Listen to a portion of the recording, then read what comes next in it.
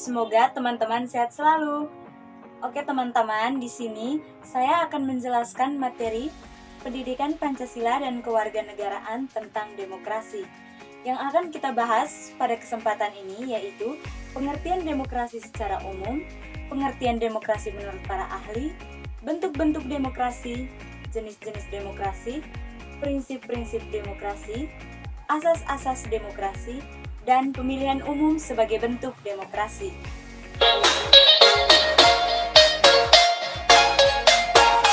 Yang pertama, pengertian demokrasi.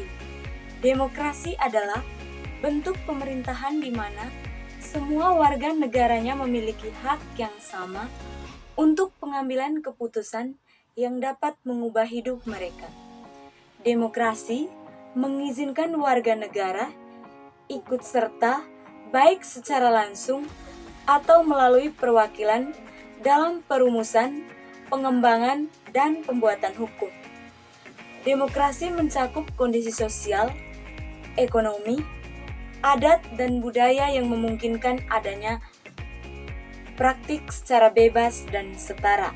Demokrasi juga merupakan seperangkat gagasan dan prinsip tentang kebebasan beserta praktik dan prosedurnya. Demokrasi mengandung makna penghargaan terhadap harkat dan martabat manusia. Landasan demokrasi mencakup kebebasan berkumpul, kebebasan berserikat, dan kebebasan berbicara, dan kebebasan berpolitik, kewarganegaraan, persetujuan dari yang terperintah, hak suara, kebebasan dari pemerasan. Pengertian demokrasi menurut para ahli. Yang pertama, menurut Abraham Lincoln. Demokrasi adalah sebuah hal yang didasari oleh rakyat. Abraham Lincoln menjelaskan bahwa demokrasi adalah sebuah pemerintahan yang berasal dari rakyat, oleh rakyat, dan untuk rakyat.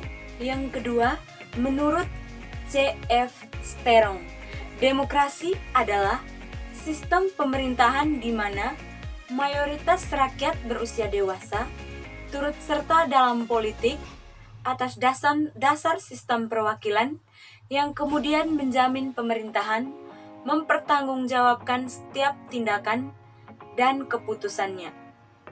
Yang ketiga, menurut Harris Sauce, demokrasi sebagai bentuk pemerintahan rakyat, karenanya dalam kekuasaan pemerintahan terdapat porsi bagi rakyat atau orang banyak untuk mengatur, mempertahankan, dan melindungi dirinya dari paksaan orang lain atau badan yang bertanggung jawab memerintah. Yang keempat, menurut Montesquieu, kekuasaan negara harus dibagi dan dilaksanakan oleh 3 lembaga atau instansi yang berbeda dan terpisah satu sama lainnya, yaitu yang pertama, legislatif, yang merupakan pemegang kekuasaan untuk membuat undang-undang. Kedua, eksekutif, yaitu kekuasaan dalam melaksanakan undang-undang. Dan ketiga adalah yudikatif, yang memegang kekuasaan untuk mengadili pelaksanaan undang-undang. Dan masing-masing institusi tersebut berdiri secara independen, dipengaruhi oleh institusi lainnya. Yang keempat, menurut Avan, demokrasi sendiri terbagi menjadi 2 definisi. Yang pertama, jika diartikan secara normatif, adalah demokrasi yang secara ideal ingin diwujudkan oleh negara. Sementara secara empiris adalah demokrasi adalah perwujudannya dunia politik. Yang kelima, menurut Aristoteles, sebuah kebebasan setiap warga negara, kebebasan tersebut digunakan untuk saling berbagi kekuasaan. Menurut Aristoteles, demokrasi adalah suatu kebebasan. Prinsip demokrasi adalah kebebasan. Hal ini dikarenakan hanya melalui kebebasan, setiap warga negara dapat saling berbagi sebuah kekuasaan di dalam negaranya sendiri. B. Bentuk-bentuk demokrasi. Yang pertama, demokrasi tidak langsung. Demokrasi yang dilaksanakan dengan sistem perwakilan. Di dalam demokrasi ini, masyarakat menyalurkan kehendak dengan memilih wakil-wakilnya untuk duduk dalam Dewan Perwakilan Rakyat. Termasuk juga dalam demokrasi ini, demokrasi perwakilan dengan sistem referendum, yaitu gabungan antara demokrasi langsung dan demokrasi perwakilan. Masyarakat memilih wakil-wakil untuk duduk dalam perwakilan rakyat. Namun, dewan itu dikontrol oleh pengaruh masyarakat dengan sistem referendum dan inisiatif masyarakat. Yang kedua, demokrasi langsung. Demokrasi langsung merupakan suatu bentuk demokrasi di mana setiap masyarakat memberikan suara atau pendapat dalam menentukan suatu keputusan politik. Dalam sistem ini, setiap masyarakat memiliki keterlibatan langsung untuk memilih suatu kebijakan sehingga mereka memiliki pengaruh langsung terhadap keadaan politik, jabatan yang terjadi. Sistem demokrasi digunakan pada zaman awal terbentuknya demokrasi, di mana ketika terdapat permasalahan yang harus diselesaikan, seluruh masyarakat berkumpul untuk membahasnya. Di zaman modern, sistem ini menjadi tidak praktis, karena umumnya populasi suatu negara cukup besar dan mengumpulkan seluruh masyarakat dalam satu forum merupakan hal yang sulit. Selain itu, sistem ini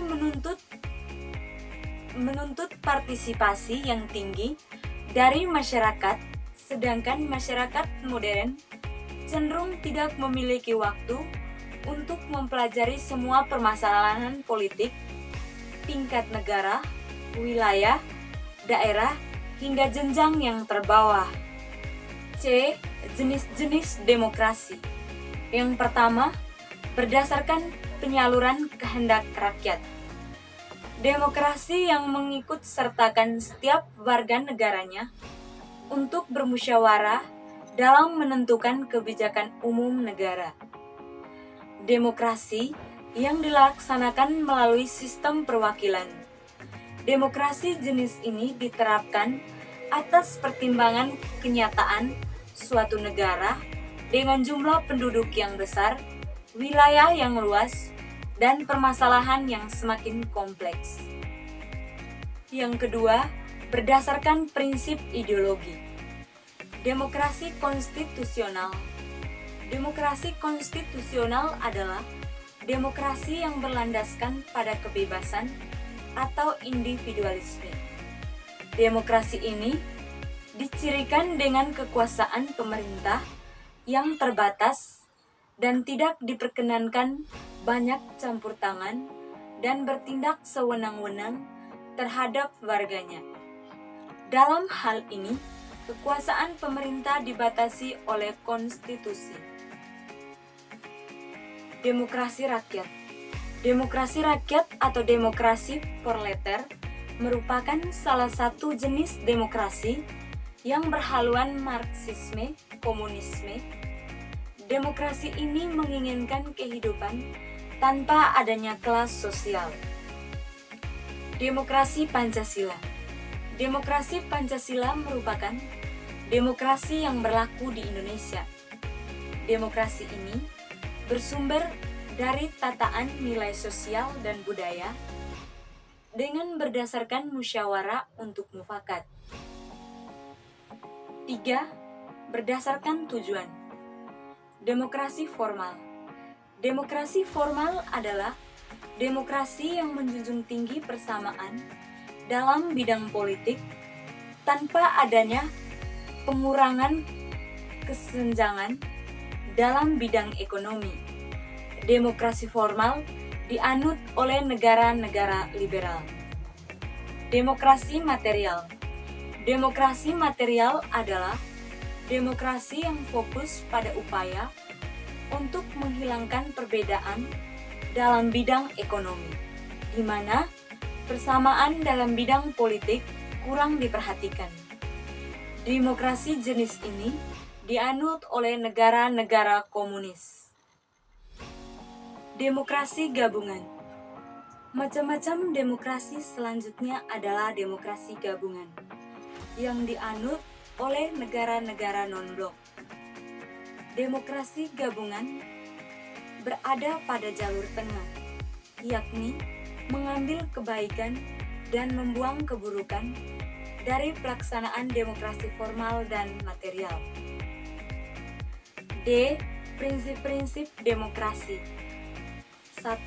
Kedaulatan rakyat. 2. Pemerintahan berdasarkan persetujuan dari yang diperintah. 3. Kekuasaan mayoritas. 4. Hak-hak minoritas. 5. Jaminan hak asasi manusia. 6. Pemilihan yang bebas, adil, dan jujur. 7. Persamaan di depan hukum. 8. Proses hukum yang wajar. 9. Pembatasan pemerintah secara konstitusional. 10. Pluralisme sosial, ekonomi, dan politik. 11. Nilai-nilai toleransi, kerjasama, dan mufakat. 12. Memperjuangkan kesejahteraan masyarakat. E. Asas-asas demokrasi. Gagasan pokok atau gagasan dasar suatu pemerintahan demokrasi adalah pengakuan hakikat manusia, yaitu pada dasarnya manusia mempunyai kemampuan yang sama dalam hubungan sosial. Berdasarkan gagasan dasar tersebut, terdapat 2 asas pokok demokrasi, yaitu yang pertama, pengakuan partisipasi rakyat dalam pemerintahan. Misalnya, pemilihan wakil-wakil rakyat untuk lembaga perwakilan rakyat secara langsung, umum, bebas, dan rahasia, serta jujur dan adil. 2. Pengakuan hakikat dan martabat manusia. Misalnya, adanya tindakan pemerintahan untuk melindungi hak-hak asasi manusia demi kepentingan bersama.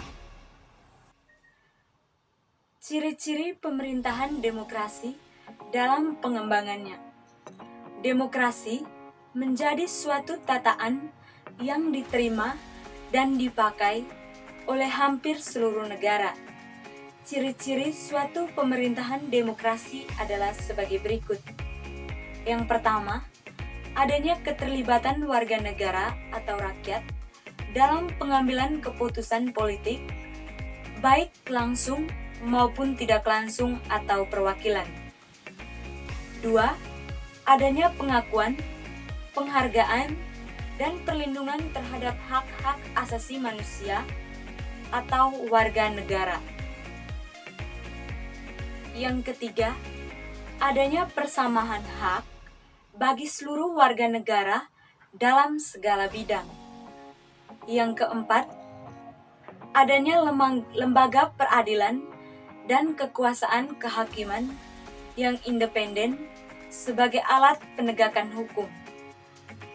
Yang kelima, adanya kebebasan dan pendekatan bagi seluruh warga negara.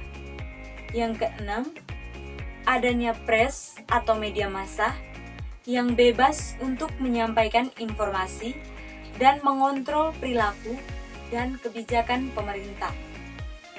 6.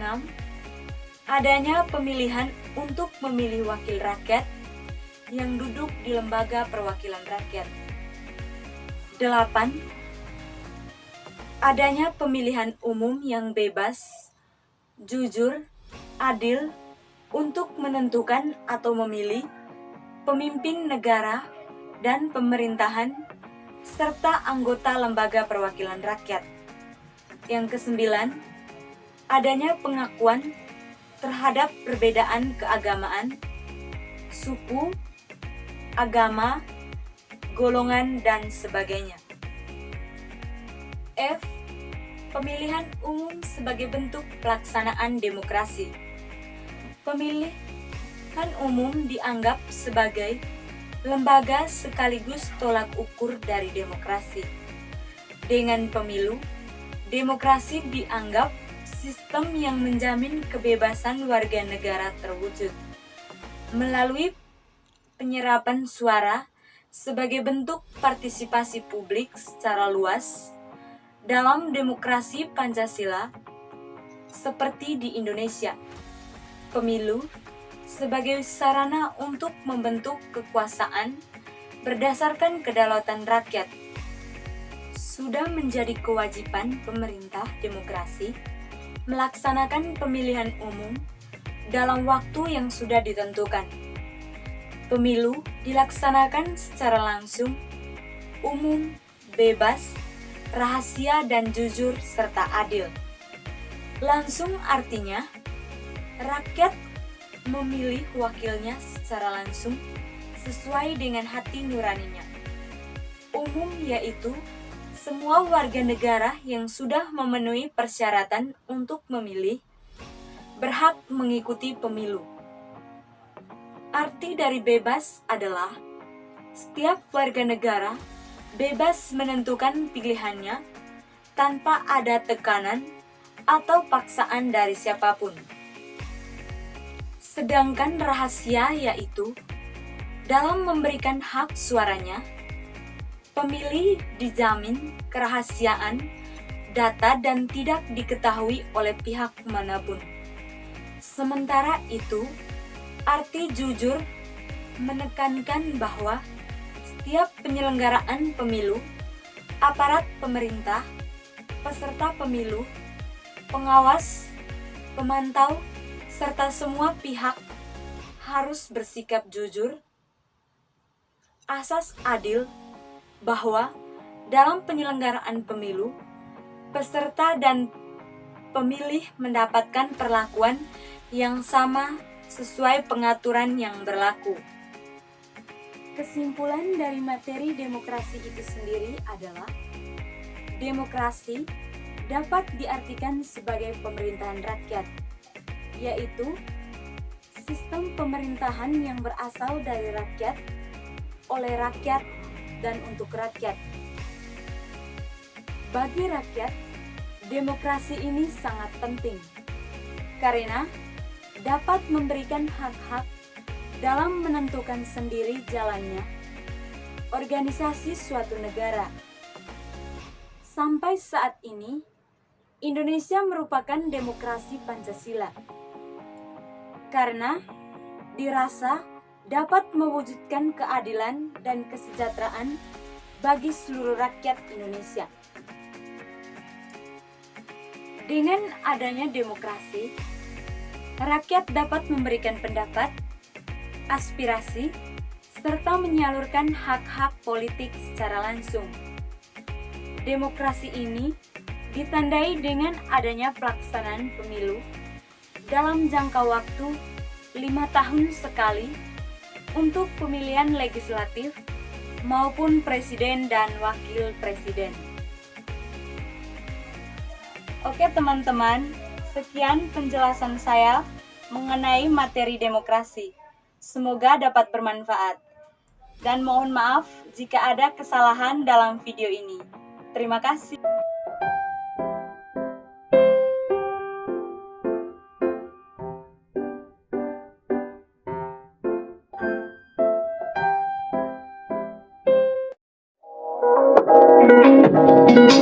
Thank you.